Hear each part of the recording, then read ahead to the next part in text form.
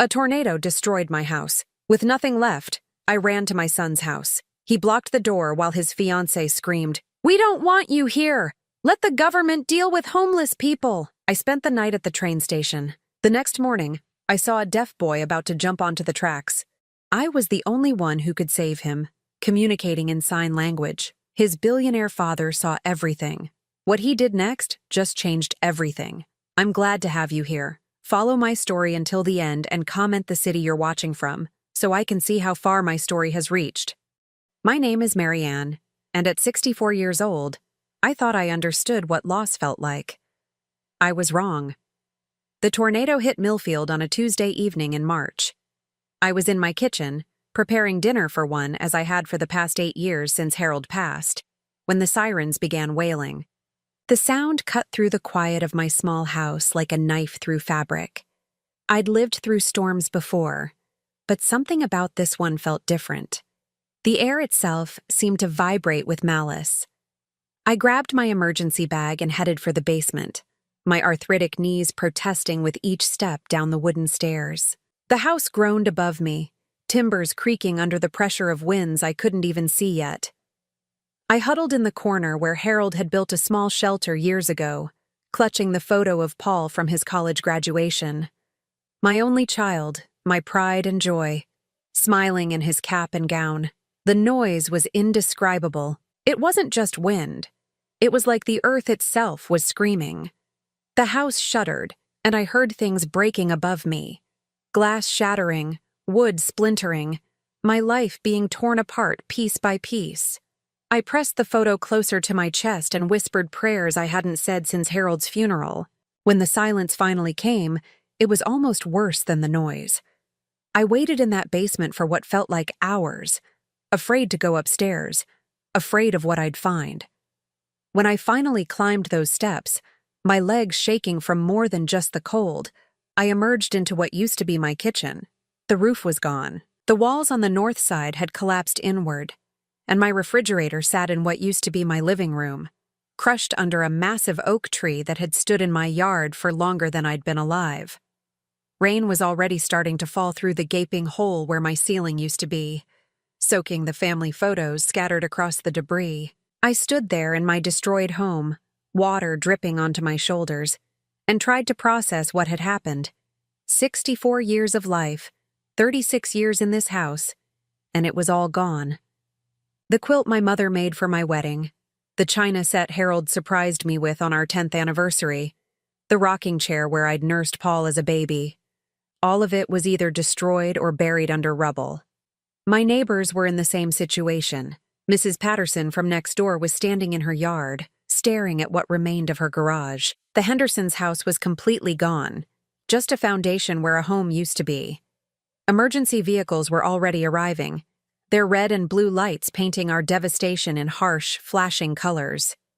A Red Cross volunteer, a young woman with kind eyes and a clipboard, approached me as I stood in my doorway. "Ma'am, do you have somewhere to stay tonight? Family nearby?" Paul. Of course Paul would help me.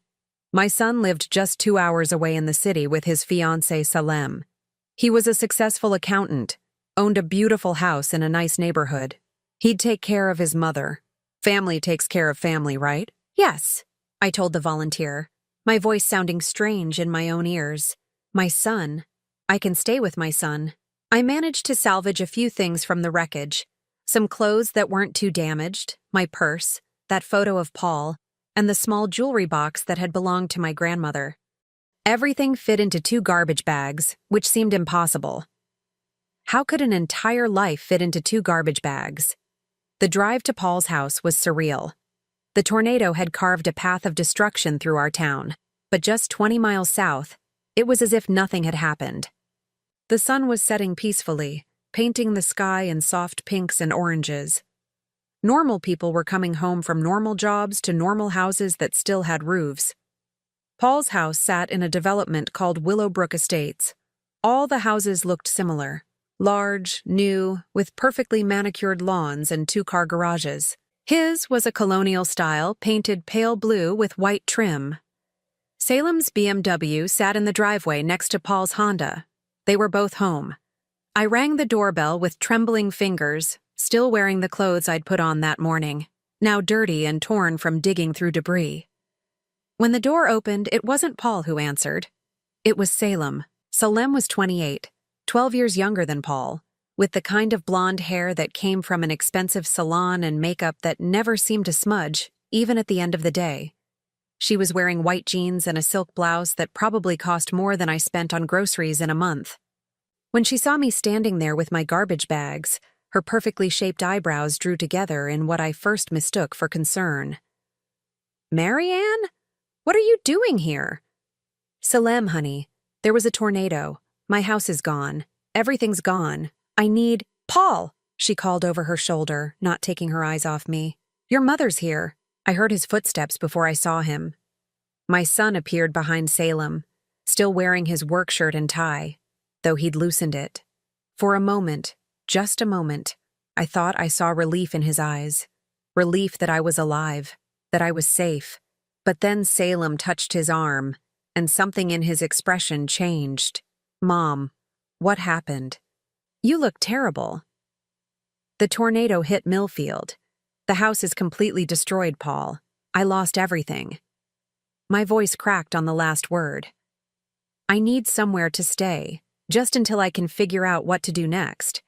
The insurance adjuster won't be able to assess anything until next week at the earliest." Paul looked at Salem and she looked at him, and in that exchange, I felt my heart begin to break in a way that had nothing to do with losing material possessions. "Mom, this really isn't a good time," Paul said slowly. "Salem's parents are flying in tomorrow for our engagement party. We've got guests coming, caterers. It's going to be crazy around here. I won't be in the way," I said quickly. "I can sleep on the couch. I won't even—" "Absolutely not," Salem interrupted, her voice sharp. "We can't have you here looking like that when my parents arrive. They don't know about your situation." "My situation." I stared at her, trying to understand. "What situation?" "You know," she said, waving her hand vaguely. "Living alone in that little house, working at the grocery store until you retired. My parents are very successful people, Marianne. My father owns 3 car dealerships. They have certain expectations." Paul put his hand on Salem's shoulder, a gesture that was supposed to be calming but felt like choosing sides. "What Salem means is that we've painted a certain picture of our families. Her parents think you live comfortably, maybe in a nice retirement community. So you're ashamed of me." The words came out flat, matter of fact. "It's not about shame," Paul said, but he wouldn't meet my eyes. "It's about timing. Look, I can give you money for a hotel room. There's a nice Holiday Inn about 10 minutes from here. You can stay there while you sort things out. Money for a hotel room." I stood there on my son's doorstep, everything I owned in 2 garbage bags, and he was offering to pay for me to stay somewhere else rather than let me sleep on his couch. "How long have you been planning this engagement party?" I asked quietly. Paul shifted uncomfortably. "About 2 months. We sent out invitations 3 weeks ago. And you didn't invite me." Salem laughed, actually laughed, a sound like breaking glass. "Marianne, be realistic. This is a sophisticated affair. Cocktails and canapes, important people from Paul's firm. It's not really your scene." "Not my scene. My son was getting engaged. And it wasn't my scene." I looked at Paul, really looked at him, and tried to see the little boy who used to climb into my bed during thunderstorms, who cried when his goldfish died, who told me I was the best mom in the world when I surprised him with homemade cookies after school. But all I saw was a stranger in an expensive shirt, standing next to a woman who saw me as an embarrassment. "So you're choosing her," I said simply. "Mom, don't be dramatic. I'm not choosing anyone. I'm just trying to be practical. You'll be more comfortable in a hotel anyway. They have room service, cable TV, and you'll be more comfortable without me here." He didn't deny it. That silence said everything I needed to know. Salem stepped closer to Paul, claiming her territory. "We're trying to build something here, Marianne. Paul has worked very hard to get where he is. We can't have complications. Complications. That's what his mother was now. A complication." I picked up my garbage bags. my arms aching from the weight of what little I had left. "I understand," I said, surprised by how steady my voice sounded. "I'll go to the hotel." Paul looked relieved and guilty at the same time, which somehow made it worse. "I'll call you tomorrow, okay? We'll figure out your next steps." But I knew there wouldn't be any next steps that included him. As I walked back to my car, I heard Salem's voice through the door they'd already closed. "Thank God that's over. Can you imagine if my parents had seen her like that?" I sat in my car in their driveway for several minutes, staring at the house where my son lived his life without me, the engagement party I wasn't invited to, the future I wasn't part of, the family that no longer included me. The Holiday Inn cost $129 per night. I had $347 in my checking account and no idea when my next income would come. Insurance would eventually cover rebuilding, but that could take months, maybe years. The hotel clerk, a tired-looking woman about my age, took pity on me and said I could have the room for one night at the weekly rate if I paid cash. The room was clean but impersonal, all beige and brown with artwork that meant nothing to anyone. I set my garbage bags on the floor and sat on the edge of the bed, still wearing my dirty, torn clothes. For the first time since the tornado hit, I allowed myself to cry. I cried for my house, for my belongings, for the photo albums I'd never see again. But mostly, I cried for the realization that I had raised a son who saw his own mother as an embarrassment. Somewhere along the way, I had failed so completely that my child would rather pay for me to disappear than let me sleep on his couch when I had nowhere else to go. That night, lying in a strange bed in clothes that smelled like destruction, I made a decision. I would leave in the morning, but I wouldn't go back to Paul's house. I wouldn't call him for help. I had spent 35 years being his mother, and if that wasn't enough to earn me a place on his couch in my darkest hour, then nothing would be. I would figure this out alone, the way I'd figured out everything else since Harold died, the way I'd apparently been alone long before I realized it. But first, I had to survive tomorrow. And I had no idea how I was going to do that. I didn't sleep that night. Every time I closed my eyes, I heard the sound of Salem's laughter and saw Paul's face when he chose her over me. By 5 a.m, I gave up trying and sat by the window, watching the sunrise over a world that felt completely foreign to me. The hotel's complimentary breakfast was weak coffee and stale pastries, but it was free, so I forced myself to eat. The other guests were business travelers and tourists, people with lives and destinations and purposes. They talked quietly on their phones about meetings and flight times and dinner reservations. Normal problems. Normal lives. I checked out at 11, knowing I couldn't afford another night but having nowhere else to go. The desk clerk gave me a sympathetic smile and suggested I try the Salvation Army shelter on 5th Street. "They're good people there," she said kindly. "They'll help you get back on your feet." A shelter. At 64 years old, I was going to a homeless shelter. I drove aimlessly for a while, not ready to face that reality yet. The city was busy with Tuesday morning traffic, people rushing to jobs and appointments, their lives continuing as if mine hadn't completely fallen apart.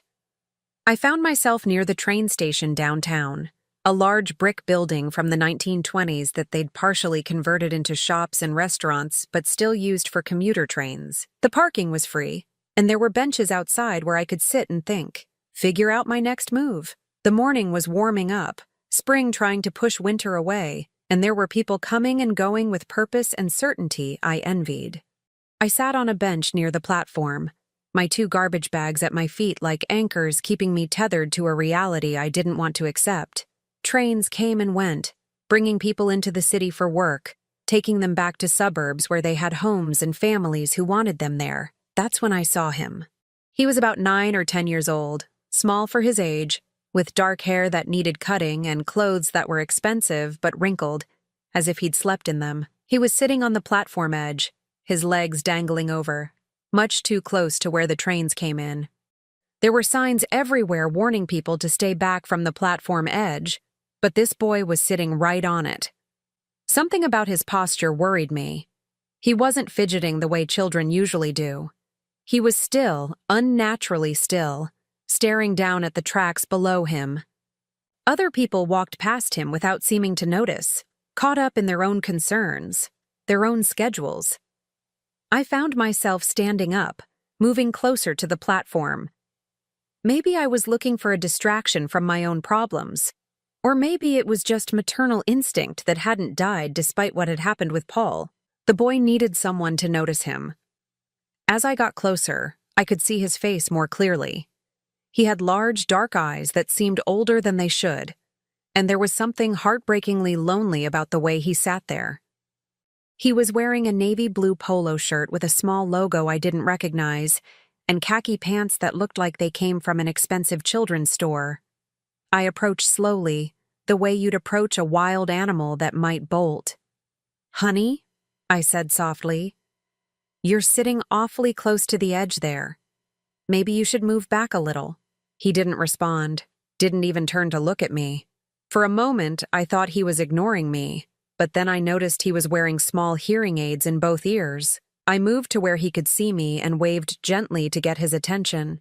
When he looked up at me, his eyes were filled with such profound sadness that it took my breath away. I had seen that look before, in my own mirror during the darkest days after Harold's death. It was the look of someone who had given up hope. Without thinking, I found myself signing, "Hello, are you okay?" My hands moved through the familiar motions automatically, muscle memory from years of communicating with my sister Janet before she died. The boy's eyes widened in surprise. He signed back, his small hands moving quickly. "You know sign language?" "Yes," I signed. "My sister was deaf. What's your name?" "Connor," he replied, his hands shaking slightly. "Why are you talking to me? Most people don't notice me." My heart broke a little more. "I notice you. Why are you sitting so close to the tracks, Connor? It's dangerous." His face crumpled, and for a moment, he looked exactly like what he was, a little boy who was hurting. "I wanted to see what it would feel like," he signed. "If a train came, the blood in my veins turned to ice." This child, this beautiful little boy, was contemplating the unthinkable. "Connor, no. Whatever's wrong, there's always another way." "No, there isn't," he signed, tears starting to roll down his cheeks. "My daddy doesn't understand me. Nobody understands me. I'm different, and I make everything harder for everyone."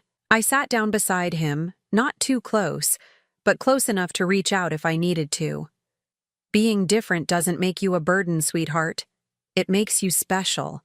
Tell me about your daddy." "He tries," Connor signed, wiping his nose with his sleeve. "But he doesn't know sign language. He talks to me, but he moves his mouth really slow like I'm stupid, and I have to guess what he's saying. And when I try to tell him things, he gets frustrated because he doesn't understand." The picture was becoming clearer. A hearing father and a deaf son struggling to communicate, both probably feeling isolated and misunderstood. "Where is your daddy now?" "He had to take an important phone call. He told me to wait here." Connor's hands moved more slowly now, exhaustion creeping into his signing. "He's always on the phone. Work is more important than me." I knew that feeling intimately. The loneliness of being overlooked, of feeling like you don't matter to the people who should love you most.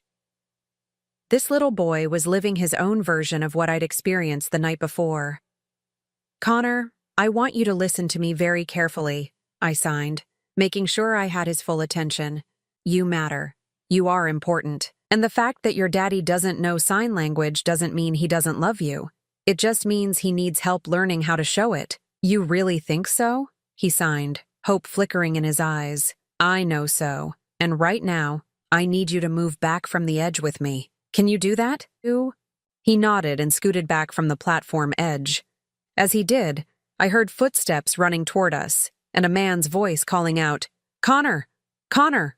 Where are you?" The man who appeared was tall, probably in his early 40s, wearing an expensive suit and a look of absolute panic. His hair was dark like Connor's, but streaked with silver at the temples, and his eyes were the same deep brown as his son's.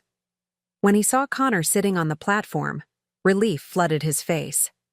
"There you are. I told you to stay by the information booth, not wander off to the platform." His voice was sharp with fear and frustration. He was speaking, not signing, and I could see Connor straining to read his lips. Connor tried to sign a response, his hands moving quickly to explain, but his father didn't understand. The frustration on both their faces was painful to watch. "Excuse me," I said, standing up and moving between them. "I think there might be some confusion here."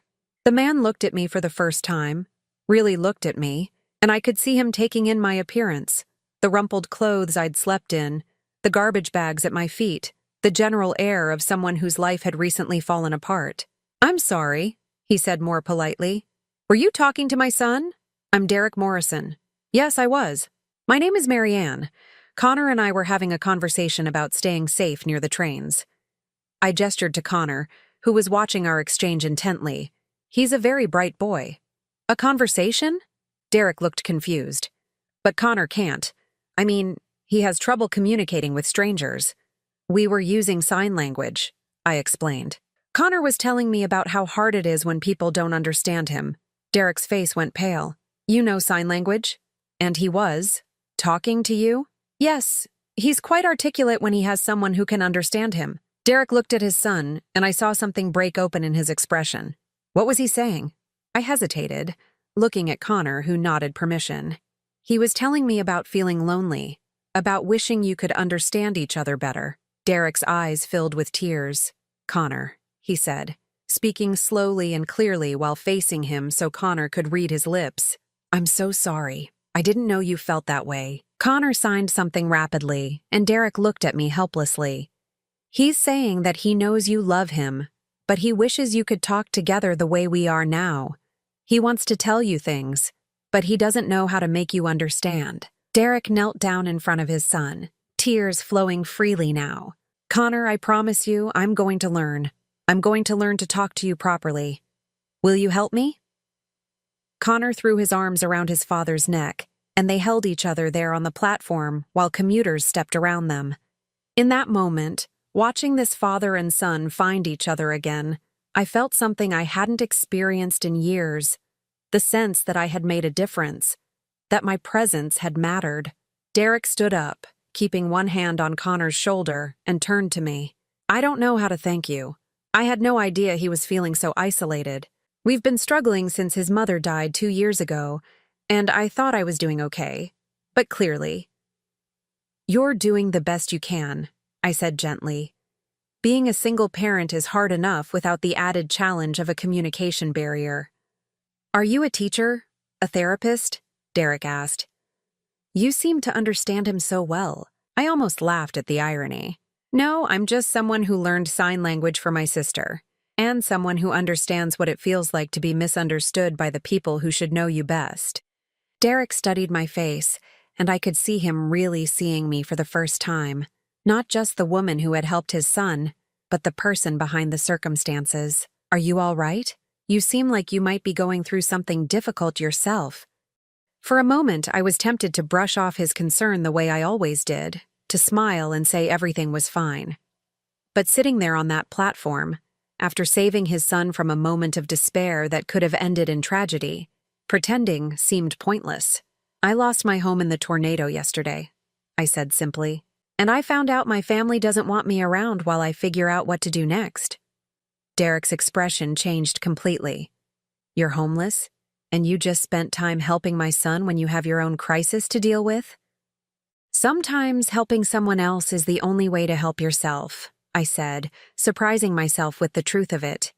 Connor was signing something to his father, frustrated that he couldn't understand the conversation. "He wants to know what we're talking about," I translated. Derek looked at Connor, then back at me. "Could you tell him that the lady who helped him is going through a hard time, and ask him if he thinks we should help her the way she helped us?" I signed Derek's words to Connor, and the boy's face lit up. He signed back enthusiastically. "He says of course we should help you. He says that's what families do, they help each other. And he wants to know if you could be part of our family for a while." Derek looked shocked. "He said that?"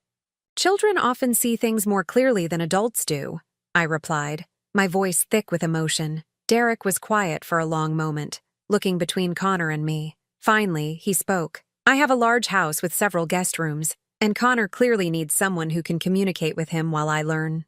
Would you consider staying with us temporarily?" Just until you get back on your feet? I stared at him, certain I had misunderstood. You don't even know me. I know enough. I know you saw a child in danger and helped him instead of walking away. I know you took time to understand him when you're facing your own crisis. I know my son feels more comfortable with you in 10 minutes than he has with anyone since his mother died. Derek's voice grew stronger, more certain. And I know I need help learning to be the father Connor deserves. Connor was signing rapidly now, and I could see he was excited about something. What's he saying? Derek asked. I watched Connor's hands, feeling tears prick my eyes. He's saying that maybe the tornado brought you something good instead of just taking things away. He's saying maybe it brought him someone who can understand him, and brought you someone who needed a family. Derek wiped his eyes and looked at Connor with such love and amazement that it took my breath away. Out of the mouths of babes, he murmured. Then he looked at me. What do you say, Marianne? Will you help us learn to be a family again? I looked at this father and son, both of them damaged in their own ways, both of them offering me something I thought I'd lost forever, a place where I mattered, a place where I was needed not for what I could provide financially, but for who I was and what I could give from my heart. Yes, I whispered. Yes, I'd like that very much. As we walked away from the train platform together, Derek carrying one of my garbage bags, Connor holding my hand, chattering excitedly in sign language about all the things he wanted to show me, I realized that sometimes losing everything is the only way to find what you really need.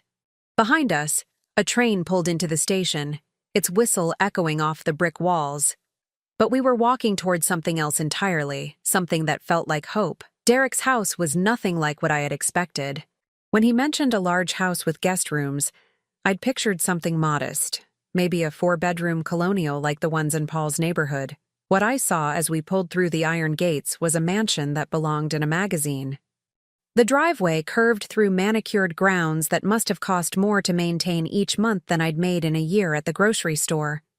The house itself was Georgian style, all red brick and white columns, with wings that seemed to stretch forever in both directions. Connor pressed his face to the window, signing excitedly about showing me his room and the library and the pool.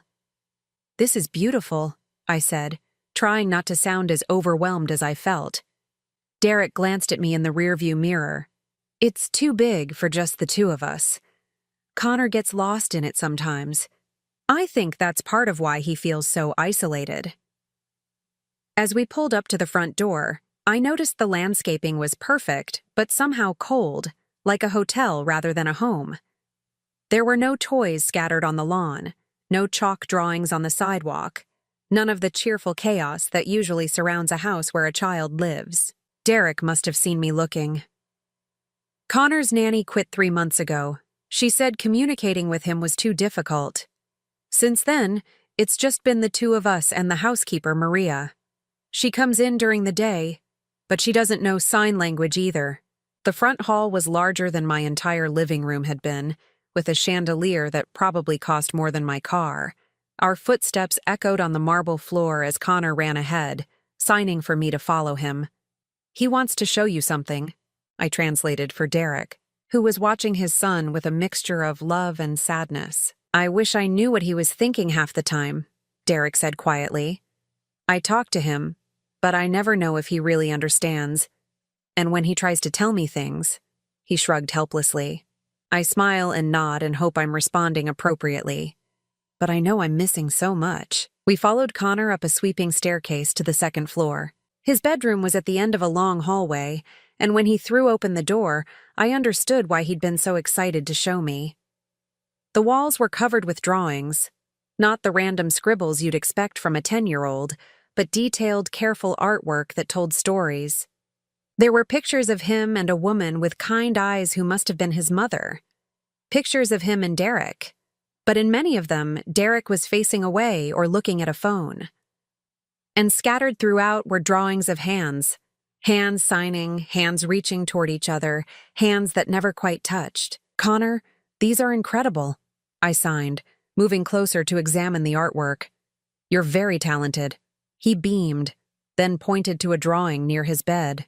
It showed a train station, But in this version, there were people on the platform who were signing to each other. Happy people, connected people. Is this what you were thinking about at the train station today? I asked gently. Connor nodded, then signed. I was thinking about what it would be like if everyone could understand each other, if I wasn't always alone with my thoughts. I translated for Derek, who had been watching our conversation with growing emotion. God, Marianne, I had no idea. I thought he was adjusting well. He never seemed. Derek ran his hands through his hair. How did I miss this? What kind of father am I? Connor had been watching his father's face, reading the distress there even without understanding the words. He moved to Derek and tugged on his sleeve, then signed something urgent. He wants to know why you look sad, I translated. He's saying he doesn't want you to be upset because of him. Derek knelt down to Connor's level, taking his son's hands in his own. Connor, I'm not upset with you. I'm upset with myself for not learning how to talk to you properly, but that's going to change, okay? Starting tomorrow, I'm going to find someone to teach me sign language. Actually, I said, surprising myself, I could teach you, if you'd like. Derek looked up at me with hope and gratitude. You would do that? It would give me something useful to do while I figure out my next steps. And Connor could help. Children are often the best teachers. Connor clapped his hands together and signed something rapidly.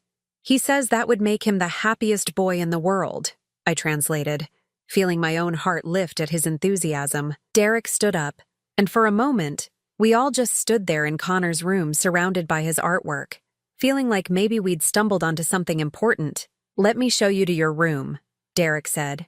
Then maybe we can talk about how this arrangement might work.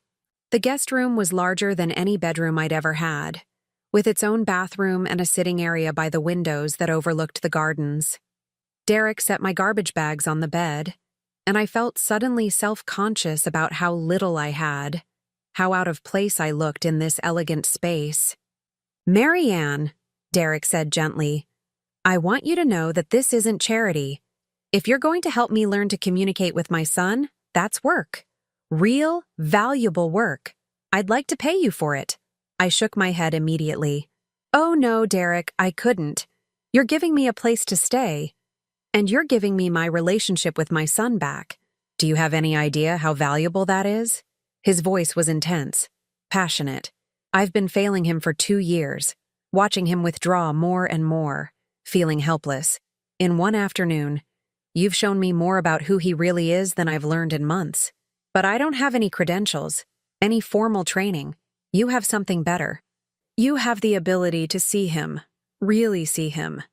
And you understand what it's like to feel invisible to your own family.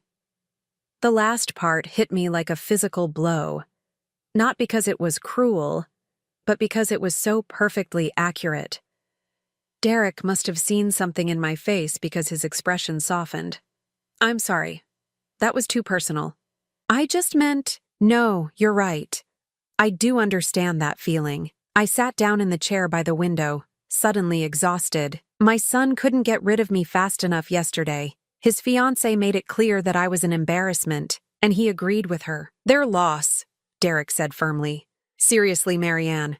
In one day, you've shown more compassion and insight than most people show in a lifetime.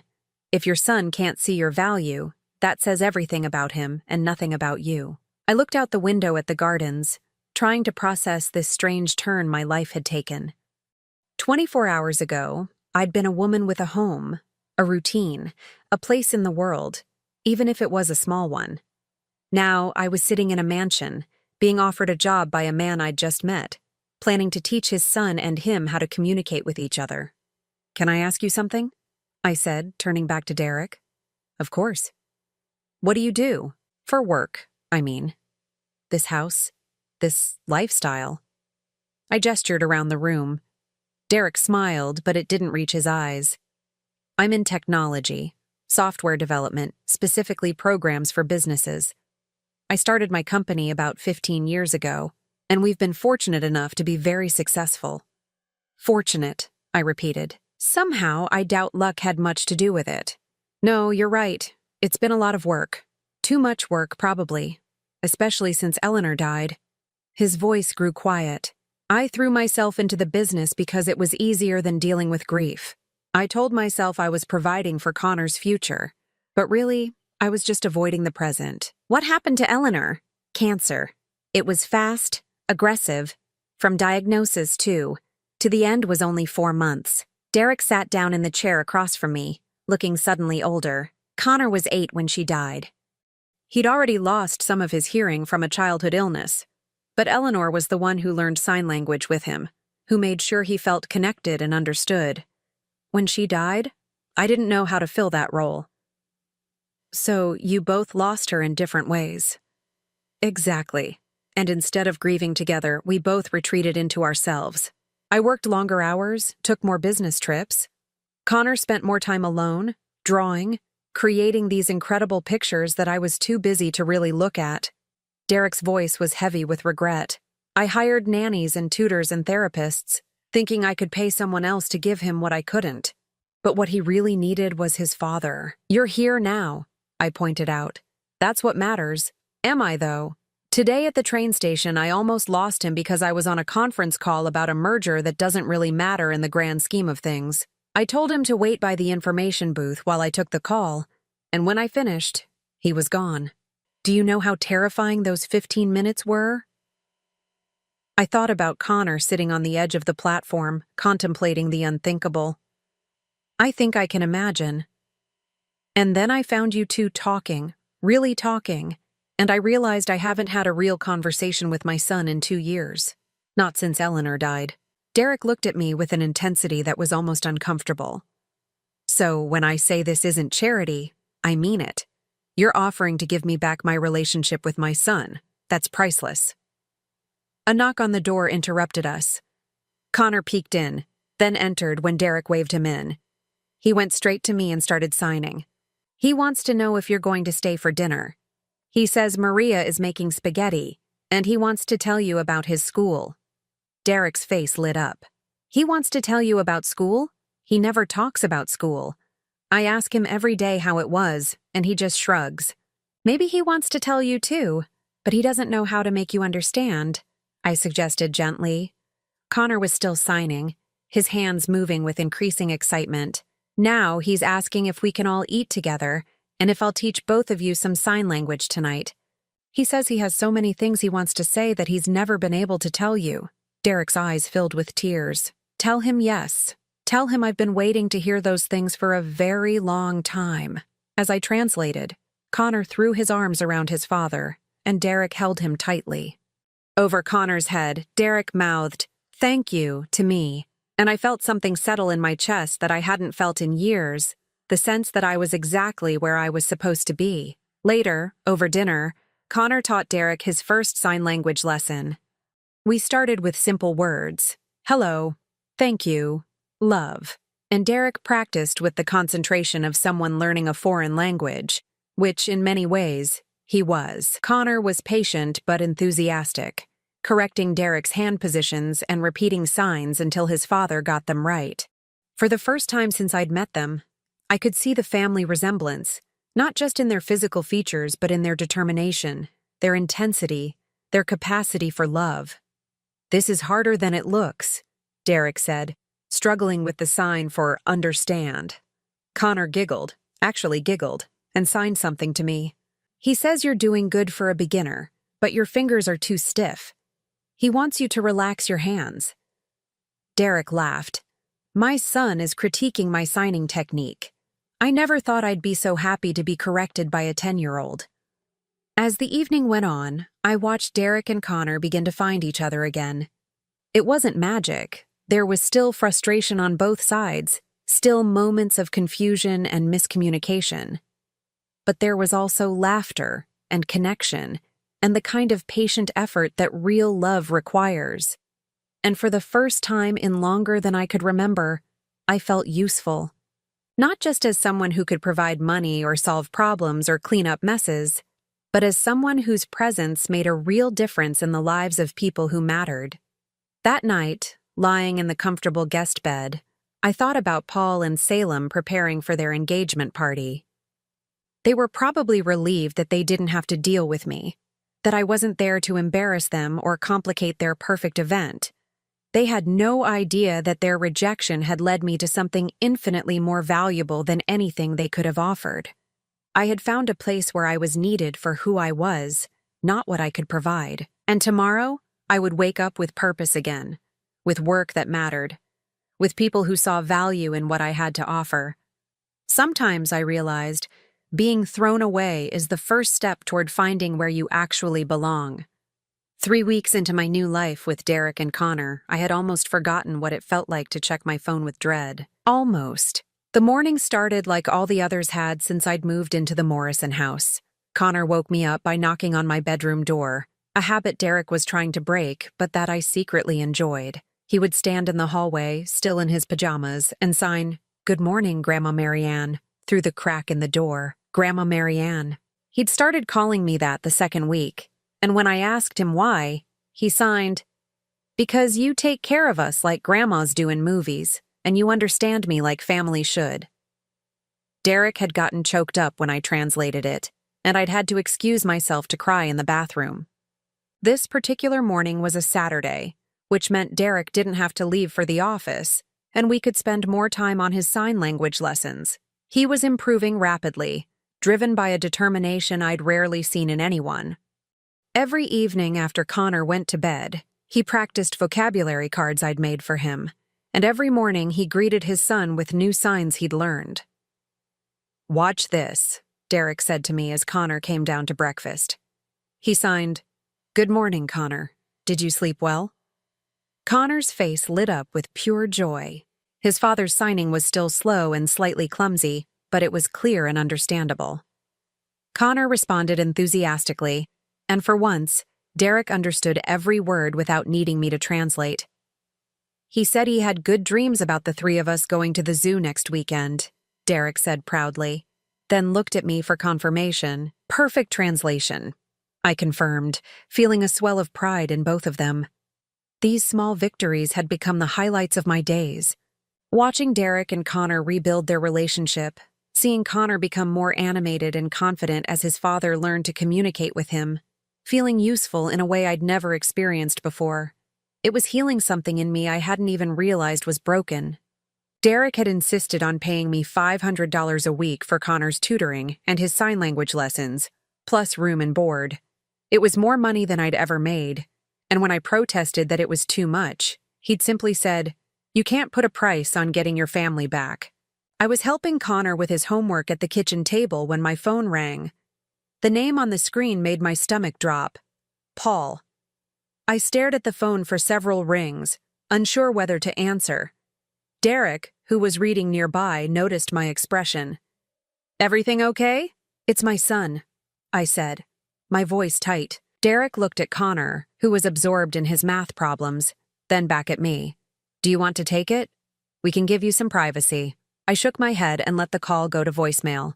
But even as I tried to focus on Connor's homework, I could feel anxiety creeping up my spine like ice water. 5 minutes later, Paul called again, then again. By the fourth call, Derek was frowning. "Marianne, maybe you should answer it. He seems persistent." With trembling fingers, I accepted the call. "Hello, Paul." "Mom, finally. I've been trying to reach you for hours." Hours. He'd called 4 times in 20 minutes, but that was hours to him. "What do you want, Paul?" "Want?" "Mom, I'm worried about you. We're worried about you. Salem and I have been talking and we realized we may have been too hasty the other night. You were in shock from the tornado, and we were stressed about the engagement party. We should have been more understanding." I closed my eyes, feeling Derek's concerned gaze on me. This was not the Paul I remembered from 3 weeks ago. This Paul sounded different, careful, like someone reading from a script. "I'm fine, Paul. I found a place to stay." "Well, that's actually why I'm calling. Salem's parents had to cancel their visit. Her father's company is going through some kind of merger or something. Anyway, the party's postponed, so there's no reason you can't come stay with us now. Salem feels terrible about how things were left." Salem feels terrible. I almost laughed, but there was nothing funny about the situation. That's very generous, but like I said, I'm settled where I am. "Mom, be reasonable. You can't just be staying anywhere. I know the insurance situation is complicated, and you don't have a lot of resources. Salem and I talked about it, and we want to help. Family should stick together.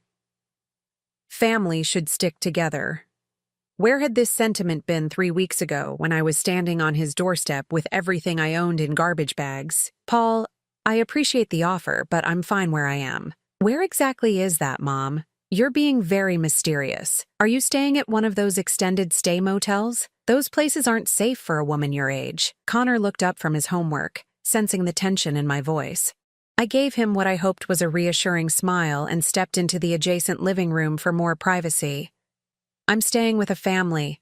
I'm helping them, and they're helping me. A family? What family? Mom, you don't just move in with strangers. That's not safe. What do you even know about these people? The irony was thick enough to cut with a knife. My own son was lecturing me about the dangers of trusting strangers, when strangers had shown me more kindness in 3 weeks than he had in years. They're good people, Paul. Better than...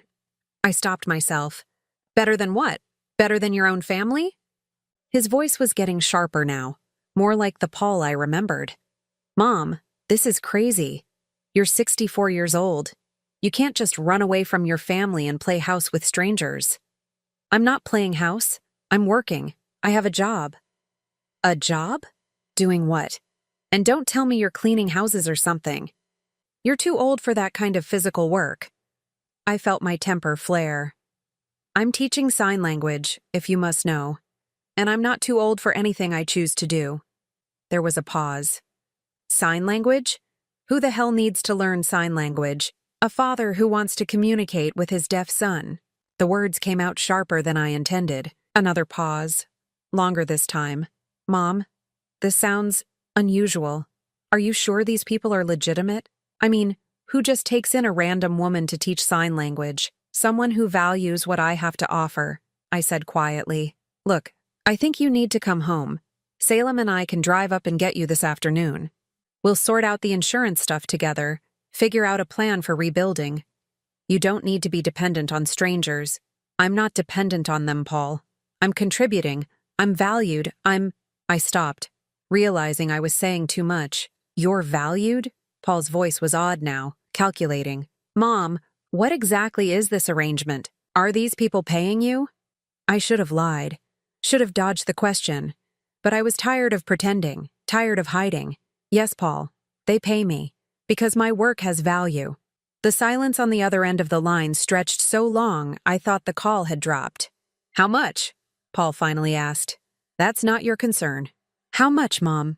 Something in his tone made my skin crawl. This wasn't concern for my welfare. This was something else entirely. Paul, I need to go. Connor needs help with his homework. Connor? The kid's name is Connor? Mom, I need you to listen to me very carefully. I want you to give me the address of where you're staying. Salem and I are coming to get you. No. What do you mean, no? I mean no, Paul. I'm not giving you the address and I'm not leaving. I'm happy here. Mom, you're not thinking clearly. The trauma of the tornado, being homeless, it's affected your judgment. You can't just move in with strangers and... I hung up. My hands were shaking as I set the phone down. Through the doorway, I could see Derek watching me with concern while Connor continued working on his math, oblivious to the drama unfolding. Derek stood up and walked over to me. That didn't sound like a pleasant conversation. My son wants me to come live with him. Now. 3 weeks after he wouldn't let me sleep on his couch. What changed? Derek asked, though his tone suggested he suspected the answer. I mentioned that you pay me for my work. Derek's face darkened. Ah, so now that there's money involved, suddenly you're family again. I should have expected this. Paul's always been motivated by financial considerations, but I shook my head. I thought maybe the tornado, almost losing me, might have made him realize that money isn't everything. But it didn't. No. If anything, it seems to have made him more interested in controlling my finances. First, Connor appeared in the doorway, signing, Are you okay, Grandma Marianne? You look upset. I forced a smile and signed back. I'm fine, sweetheart. Just a difficult phone call. With your son? Connor asked. Derek had told him some of my story, Age appropriately edited. I nodded. Connor thought for a moment, then signed. Maybe he doesn't understand you either, like my daddy used to not understand me. Maybe he needs to learn better listening. Out of the mouths of babes. I glanced at Derek, who had caught enough of Connor's signing to understand the gist of his comment. Connor might be onto something, Derek said gently, but some people don't want to learn better listening. Some people only hear what benefits them. My phone buzzed with a text from Paul. Mom, I'm driving up there tomorrow. I need the address. I showed the text to Derek, whose jaw tightened. Are you worried? He asked. I thought about it. Was I worried? 3 weeks ago, I would have been terrified of Paul's disapproval, desperate to fix whatever I'd done wrong. But now, no, I said, surprising myself. I'm not worried. I'm angry. Derek raised an eyebrow. I'm angry that he thinks he can ignore me when I need help, then swoop in and take control when he thinks there's something in it for him. I'm angry that he assumes I'm too incompetent to make my own decisions. And I'm angry that he's trying to disrupt the first happiness I've found in years, because it doesn't serve his purposes. So, what do you want to do? I looked at Connor, who was watching our conversation with intelligent eyes, picking up on the emotional undercurrents even when he couldn't follow all the words. This little boy who had trusted me completely from the moment we met. Derek, who had taken me in when I was a stranger and treated me like family from day one. I want to protect what we've built here, I said. Paul can disapprove all he wants, but he doesn't get to destroy this. Derek nodded. Then we'll protect it. Together. The next morning, Paul's car pulled into the driveway at exactly 10 o'clock. I watched from the window as he and Salem got out, both of them looking around at the mansion with expressions I recognized. Assessment, calculation, greed. Salem was wearing a designer outfit that probably cost more than most people's monthly salary, her hair and makeup perfect despite the 2-hour drive. Paul was in his weekend casual clothes, khakis and a polo shirt that still managed to look expensive. They both wore the expressions of people who were used to being the most important people in any room they entered. Derek appeared beside me at the window, Connor on his other side. Those are your son and his fiancée? Derek asked. That's them. They look like they're evaluating the property for purchase, he observed dryly. Connor was watching them too, and he signed something that made Derek smile grimly. What did he say? I asked. He said they look like the mean people in movies who try to take things away from the good people. Sometimes children really do see most clearly. The doorbell rang, and my stomach clenched. Derek put a hand on my shoulder. Remember, this is your home now. You don't owe them anything. I nodded and went to answer the door, Derek and Connor flanking me like bodyguards. When I opened the door, Paul's practiced smile faltered slightly as he took in the sight of me standing between Derek and Connor, clearly at home, and clearly not alone. Mom, he said, his voice artificially warm. You look good, rested. Hello, Paul, Salem. Salem's eyes were busy cataloging everything she could see of the house's interior, practically calculating square footage and property values. Aren't you going to invite us in? Paul asked, his smile becoming more strained. I glanced at Derek, who nodded slightly. Of course. This is Derek Morrison and his son Connor. Derek, Connor, this is my son Paul and his fiancée Salem. Derek stepped forward, extending his hand to Paul with perfect politeness. Nice to meet you. Your mother has told us so much about you. Paul shook Derek's hand, but his eyes were sharp, evaluative. I wish I could say the same. Mom's been very secretive about her. Arrangement here. There's nothing secretive about it, Derek said mildly. Your mother is teaching Connor and me sign language. She's an excellent teacher. Salem finally spoke, her voice syrupy sweet. That's so nice. Marianne always was good with children. But surely this was meant to be temporary. Just until she gets back on her feet after the tornado? That's up to your mother, Derek said, looking at me. She's welcome here as long as she wants to stay. Paul's jaw tightened almost imperceptibly. Well, that's very generous, but family takes care of family. Mom belongs with us.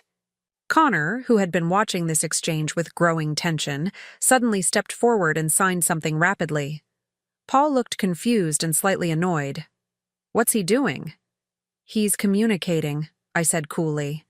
In sign language, the language you just dismissed as unimportant. What did he say? Salem asked, her curiosity overriding her attempt at politeness. I looked at Connor, who nodded permission to translate. He said that family is supposed to make you feel safe and loved, not scared and unwanted. He wants to know why you made me feel scared and unwanted when I needed help. The silence that followed was deafening. Paul's face flushed red, and Salem looked genuinely shocked that a child would be so direct. Now see here, Paul started, but Derek held up a hand. I think Connor makes an excellent point.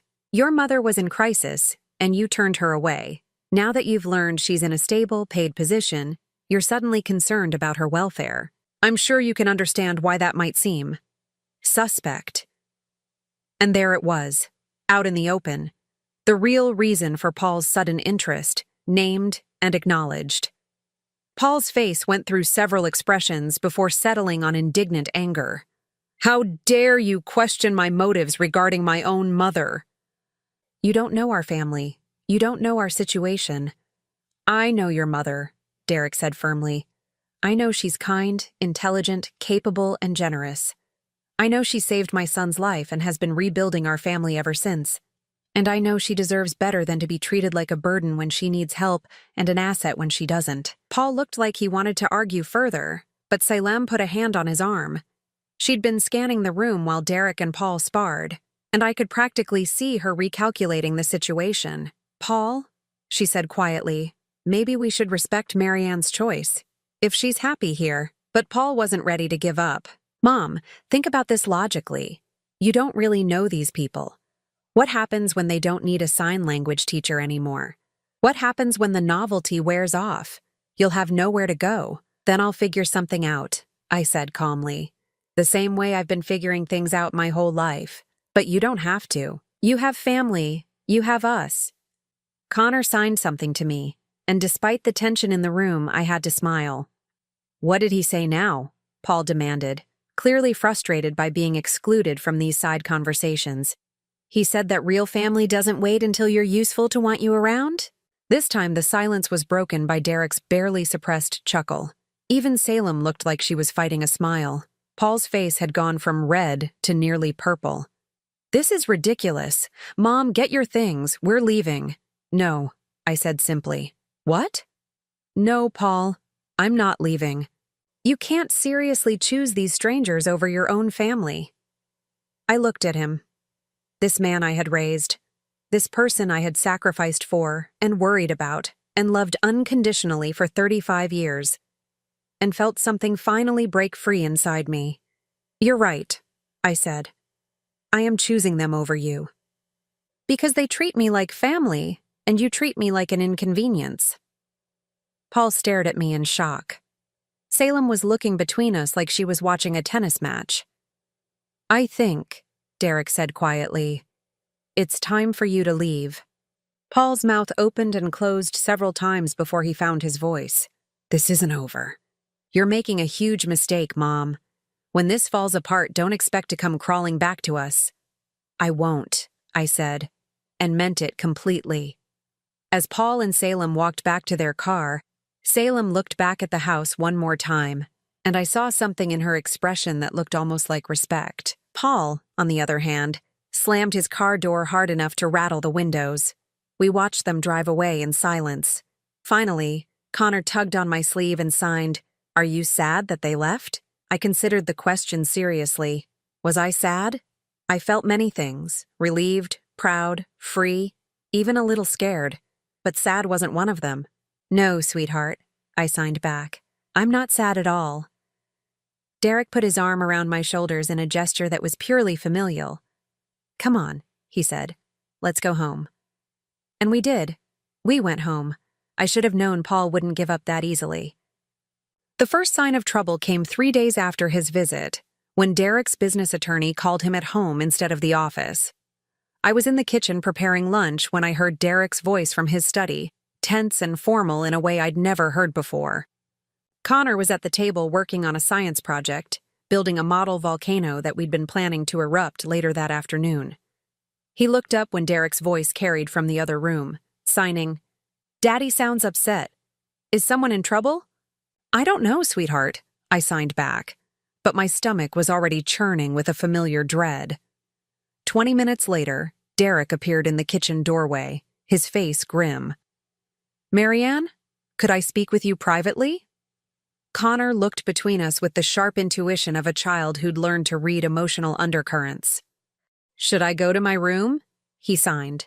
Just for a few minutes, Derek signed back, his hands moving more smoothly now after weeks of practice.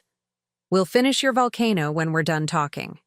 Once Connor had gone upstairs, Derek sat down heavily at the kitchen table. That was my lawyer. Your son has filed a complaint with Adult Protective Services. The words hit me like a physical blow. What kind of complaint? He's claiming that I'm taking advantage of an elderly, vulnerable woman, that you're not mentally competent to make decisions about your living situation or finances. He's asking for a welfare check and an investigation into our arrangement. I felt the blood drain from my face. Can he do that? Apparently he can. The caseworker will be here tomorrow afternoon.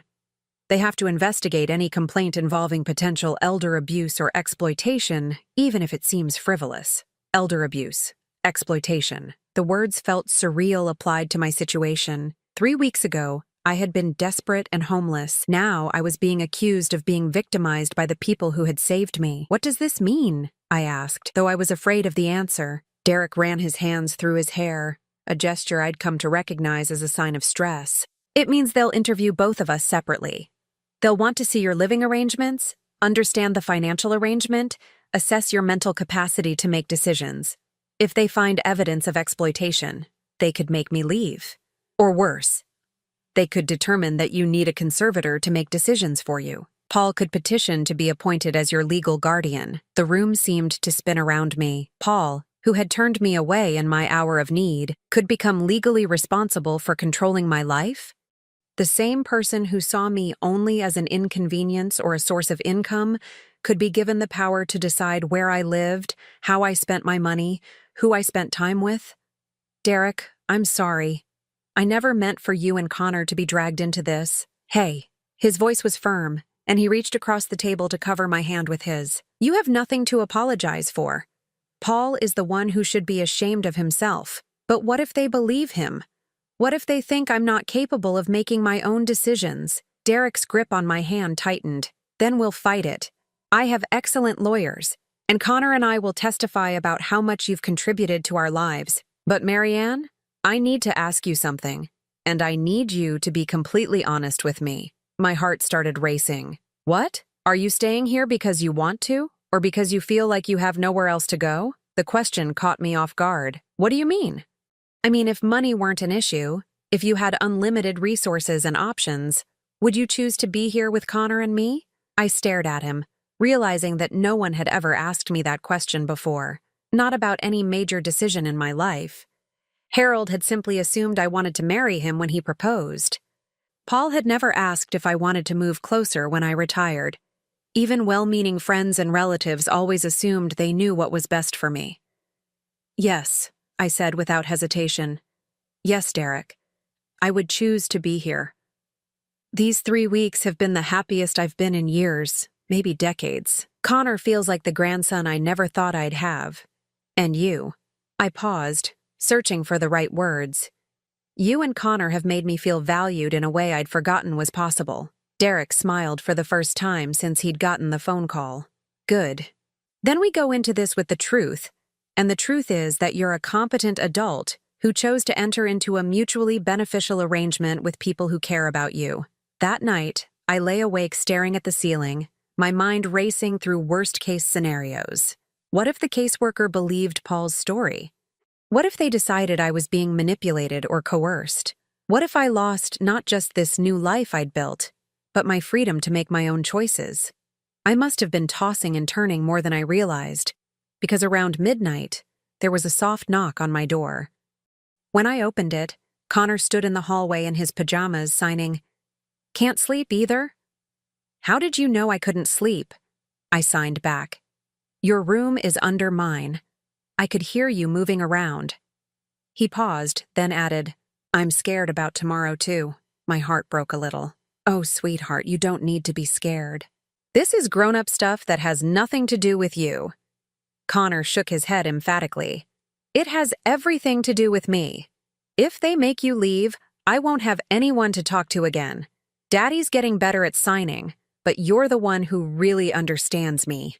I knelt down to his level, taking his hands in mine. Connor, listen to me very carefully. No matter what happens tomorrow, you will never be alone again. Your daddy loves you, and he's learning to communicate with you better every day. And even if something happened and I couldn't live here anymore, I would still be part of your life. I would still be your Grandma Mary Ann. Promise, he signed, tears starting to form in his eyes. I promise. Some bonds can't be broken, no matter what papers people sign or what decisions other people make. Connor hugged me tightly, and I held him until his breathing evened out and he felt ready to go back to bed. But as I tucked him in and kissed his forehead, I made a silent vow. I would not let Paul's manipulation destroy this little boy's sense of security. Whatever it cost me, I would protect Connor and Derek from the fallout of my son's greed. The caseworker arrived the next afternoon precisely at 2 o'clock. Janet Morrison, no relation to Derek, she was quick to clarify, was a woman in her 50s with kind eyes and a professional demeanor that revealed nothing of her thoughts. She wore a conservative pantsuit and carried a tablet and a thick folder. Mrs. Holloway, she said as Derek led her into the living room. I'm here to follow up on a complaint filed by your son regarding your current living situation. I want you to know that these investigations are routine, and my only concern is your well-being and safety. I nodded, trying to keep my voice steady. I understand. What would you like to know? Let's start with how you came to live here. Can you tell me about the circumstances that led to this arrangement? I told her about the tornado, about going to Paul's house, about the rejection and the night at the train station. I told her about meeting Connor and Derek, about the immediate connection I'd felt with Connor and the communication barrier they'd been struggling with. I was careful to be factual, not emotional, but I couldn't keep all the pain out of my voice when I described that first night. Ms. Morrison took notes on her tablet, her expression neutral. And when Mr. Morrison offered you housing, what were the terms discussed? Initially, it was just a place to stay while I figured out my next steps.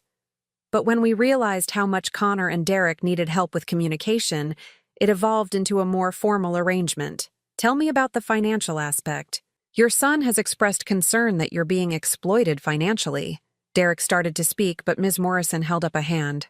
I'll want to interview you separately, Mr. Morrison. Right now, I need to hear from Mrs. Holloway. I took a deep breath.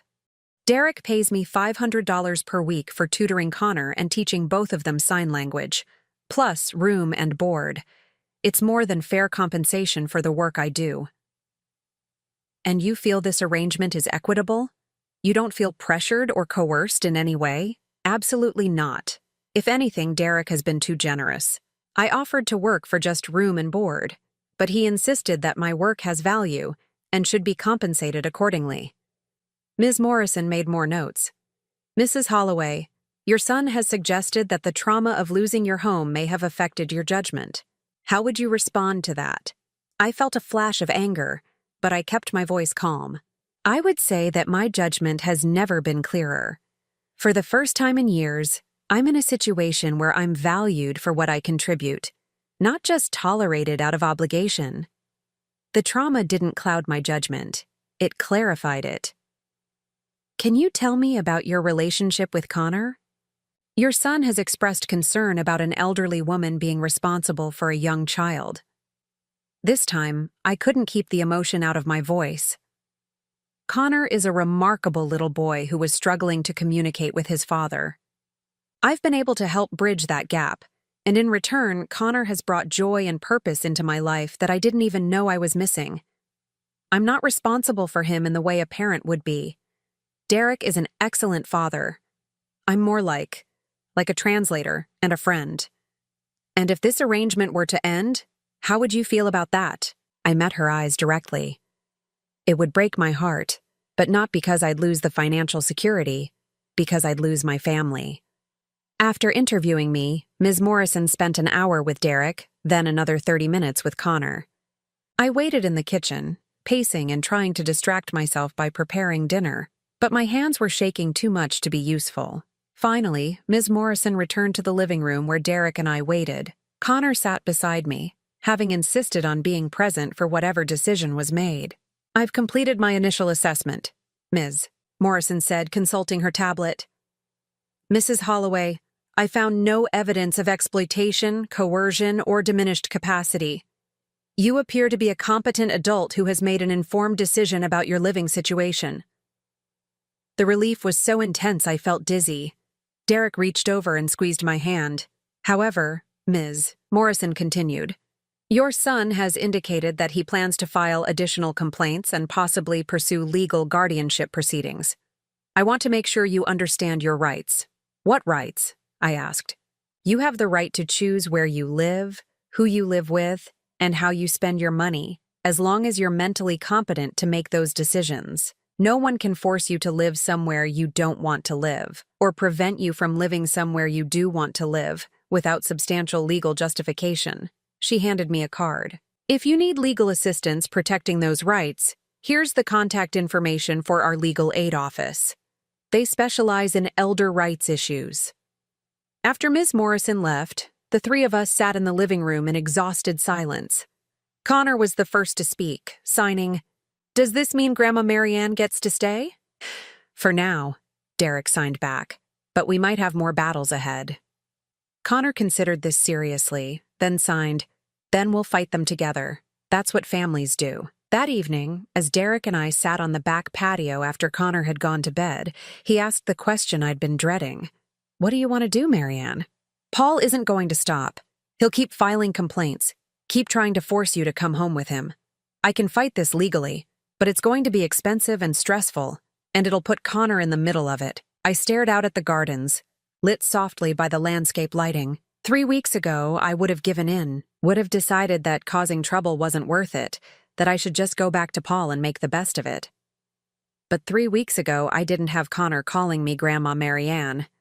I didn't have Derek treating me like family. I didn't have work that mattered or a place where I belonged. "I want to fight," I said quietly. "Not because I'm stubborn, and not because I want to hurt Paul, though God knows he's hurt me enough. I want to fight because what we have here is worth protecting. Connor needs consistency and love and people who understand him. You need support as a single parent, and I need to matter." Derek nodded slowly. "Then we fight. Together." The next morning brought another challenge, one I hadn't anticipated. Derek was in his study on a conference call when the doorbell rang. I opened it to find a well-dressed woman in her 40s standing on the porch with an official-looking folder in her hands. "Mrs. Holloway, I'm Rebecca Chen, an attorney representing your son Paul Holloway. I have some documents for you." My blood turned to ice as I accepted the folder. Inside was a petition for guardianship, filed in the county court, requesting that Paul be appointed as my legal guardian due to diminished capacity resulting from trauma and exploitation by unknown parties. "Mrs. Holloway," Rebecca Chen said gently, "your son is concerned about your well-being. These proceedings are designed to protect you." I looked up from the papers, feeling something crystallize inside me. "Ms. Chen, I want you to give my son a message. Of course. Tell him that if he wants a war, he's got one." The attorney's eyebrows rose slightly. "Mrs. Holloway, I don't think you understand the serious nature of these proceedings." "Oh, I understand perfectly. My son couldn't control me when I was homeless and desperate, so now he's trying to have me declared incompetent so he can control me legally. But I'm not the broken, defeated woman who stood on his doorstep 3 weeks ago, and I'm not going down without a fight." As I closed the door on Rebecca Chen's shocked face, I felt something I hadn't experienced in years. The thrill of choosing to fight for something I believed in, instead of just enduring whatever life handed me. Paul wanted a battle? He was about to learn that some wars aren't worth starting. 1 year later, I stood in the kitchen of what had truly become my home, preparing Connor's birthday cake. 11 years old today, and he'd requested chocolate with vanilla frosting and enough candles to light up the whole room. Derek was at the store picking up last-minute party supplies, and Connor was upstairs wrapping a present he'd made for me. Apparently, the birthday boy giving gifts to others was a tradition he'd invented himself. The legal battle with Paul had been brutal but brief. Derek's attorney, Margaret Williams, was a formidable woman who specialized in elder rights cases, and she'd made short work of Paul's guardianship petition. The Adult Protective Services investigation had already cleared me of being an exploitation victim. When Paul's own attorney realized that her client was trying to gain control over a competent woman who was living independently and earning her own income, she'd quietly suggested he drop the case. Paul hadn't spoken to me since the court hearing 8 months ago, where the judge had not only denied his petition, but had also ordered him to pay my legal fees. Salem had sent a brief email afterward, claiming she'd never supported Paul's actions and that she hoped I was happy. I'd deleted it without responding. Some bridges, once burned, shouldn't be rebuilt. But the real victory wasn't legal. It was the life we'd built together. Connor was thriving in ways that went far beyond our communication breakthrough. Derek had become fluent in sign language, and their father-son relationship had blossomed into something beautiful to witness. The little boy who'd once felt so isolated that he'd contemplated the unthinkable was now confident, curious, and joyful. I heard footsteps on the stairs and turned to see Connor bounding into the kitchen, his arms full of wrapped packages. "These are for you, Grandma Marianne," he signed, his face glowing with excitement. "For helping make this the best year of my life." "Sweetheart, it's your birthday. I should be giving you gifts." "But you already gave me the best gift," he signed back. "You gave me my daddy back, and you gave me a grandma who really understands me." I felt tears prick my eyes as I knelt down to hug him. This beautiful, sensitive boy had healed something in me I hadn't even known was broken. Loving him and being loved by him had taught me the difference between being needed and being wanted, between obligation and choice. Derek arrived home as I was putting the finishing touches on the cake, his arms loaded with bags from the party store.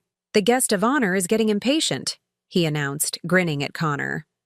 "He's been asking me every 5 minutes if it's party time yet." "Almost ready," I said, stepping back to admire my handiwork. The cake was decorated with a train, a nod to where Connor and I had first met, and surrounded by 11 bright yellow candles. Derek set down the bags and walked over to me, his expression suddenly serious. "Marianne, before everyone gets here, there's something Connor and I wanted to talk to you about." My heart skipped. Had I done something wrong? Was this arrangement not working as well as I'd thought? Connor bounced over to us, signing rapidly. "Tell her, Daddy. Tell her about the surprise." Derek's serious expression melted into a smile. "Connor, you're supposed to let me do the talking first." "What surprise?" I asked, looking between them. Derek reached into his jacket pocket and pulled out an envelope. "Connor and I have been talking about how much we love having you as part of our family, and we were wondering—" He paused, seeming nervous. "We were wondering if you'd like to make it official." I stared at the envelope, confused. "I don't understand." Connor couldn't contain himself any longer. He started signing so fast his hands were almost a blur. "We want to adopt you. Like how some kids get adopted by new families, but the other way around. Daddy says there's a thing called adult adoption, where you can choose your family even when you're grown up." I looked at Derek, sure I'd misunderstood. "Adult adoption?" Derek nodded, his cheeks slightly flushed. "It's a legal process where adults can be formally adopted into a family. We've been talking about it for months, Connor and I. You're already our family in every way that matters, but we hoped you might want it to be official." The envelope in Derek's hands contained adoption papers. They wanted to adopt me. After a lifetime of feeling like an outsider in my own biological family, these two people wanted to choose me as their family legally and permanently. "I don't know what to say," I whispered. Connor stepped closer and took my hands in his. "Say yes, Grandma Marianne. Please say yes. I want everyone to know that you're my real grandma, not just someone who lives with us." I looked into his earnest face, then at Derek, who was watching me with hopeful anxiety. "You want me to be your family? Legally? Forever?" "We want you to be our family the way you already are in our hearts," Derek said softly. "Connor will officially be your grandson, I'll officially be your son, and you'll officially be our mother and grandmother.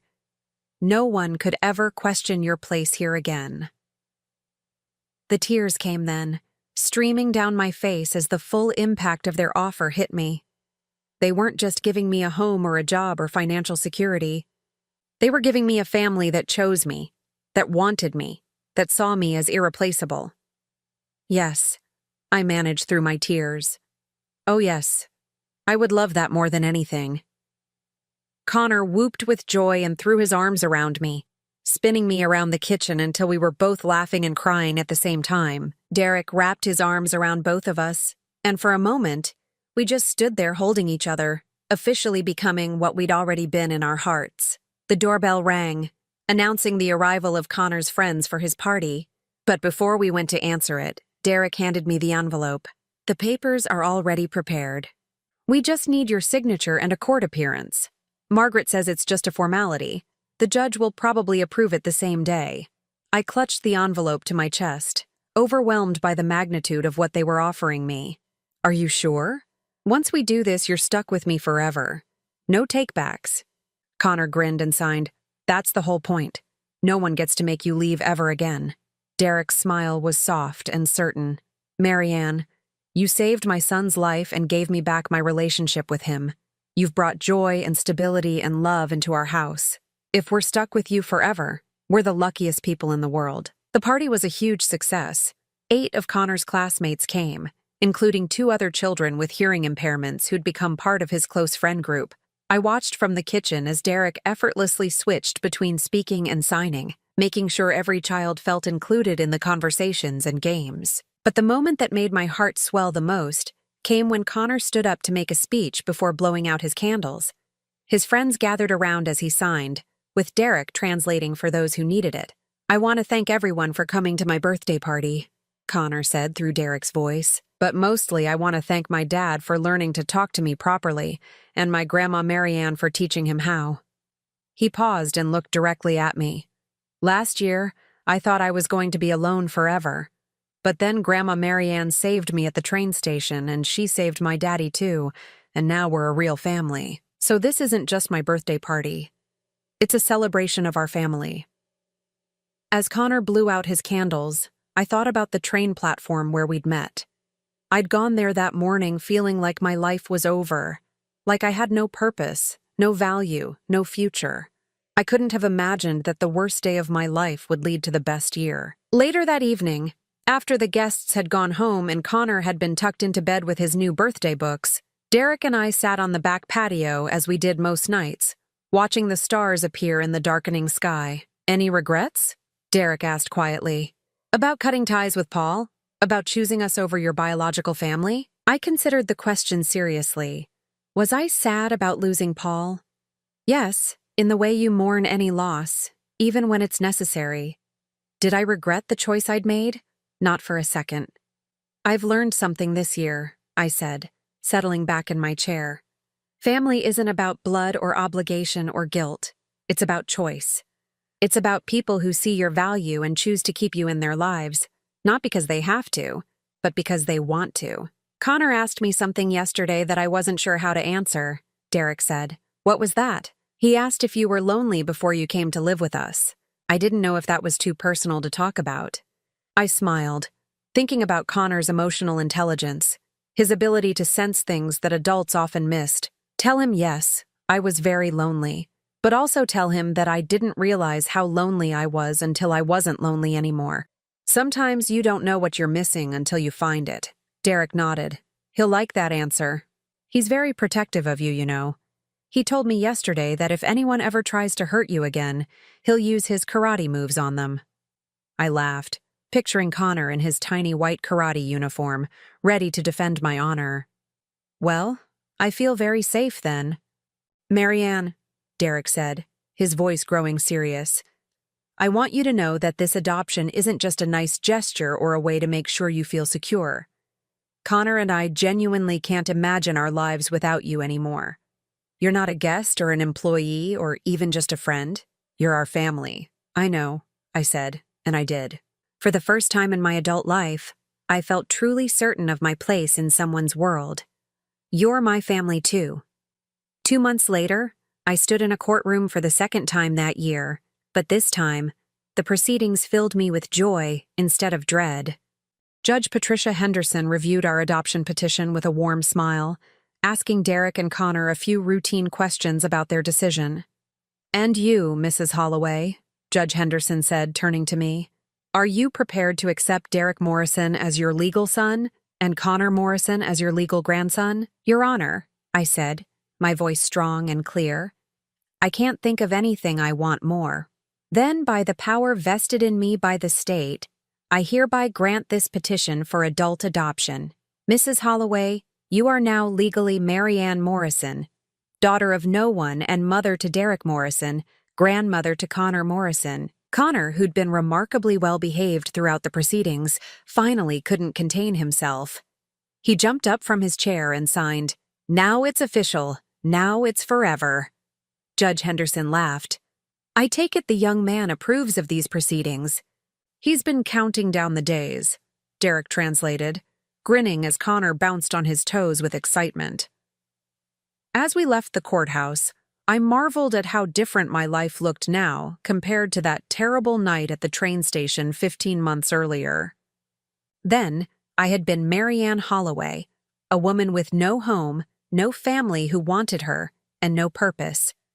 Now I was Mary Ann Morrison, beloved mother and grandmother, valued family member, and guardian of a little boy's happiness. That evening, we celebrated with a quiet dinner at home, just the three of us, the way Connor had requested. He'd made me a card that said, "Welcome to the family, Grandma Mary Ann," in both English and sign language, decorated with drawings of the three of us holding hands. "You know what I realized today?" Connor signed as we finished our dessert. "What's that, sweetheart?" I signed back. "The tornado that destroyed your old house brought you to us. So maybe sometimes bad things happen, so good things can happen too." I looked at this wise little boy, this child who saw silver linings and hope even in stories of destruction and loss, and felt my heart overflow with love and gratitude. "I think you're absolutely right," I told him. "Sometimes the worst storms bring us exactly where we need to be." Later, as I got ready for bed in the room that was truly mine now, in the house where I truly belonged, I thought about Paul and Salem, probably getting ready for their wedding that I hadn't been invited to. I hoped they were happy. I genuinely did, but I was grateful beyond words that their rejection had forced me to find my real family. Because Connor was right. Sometimes the worst storms do bring us exactly where we need to be. And sometimes being thrown away is just the first step toward being chosen. I was exactly where I belonged, with exactly the people who valued me most. I was home. Now I'm curious about you who listened to my story. What would you do if you were in my place? Have you ever been through something similar? Comment below. And meanwhile, I'm leaving on the final screen 2 other stories that are channel favorites, and they will definitely surprise you. Thank you for watching until here.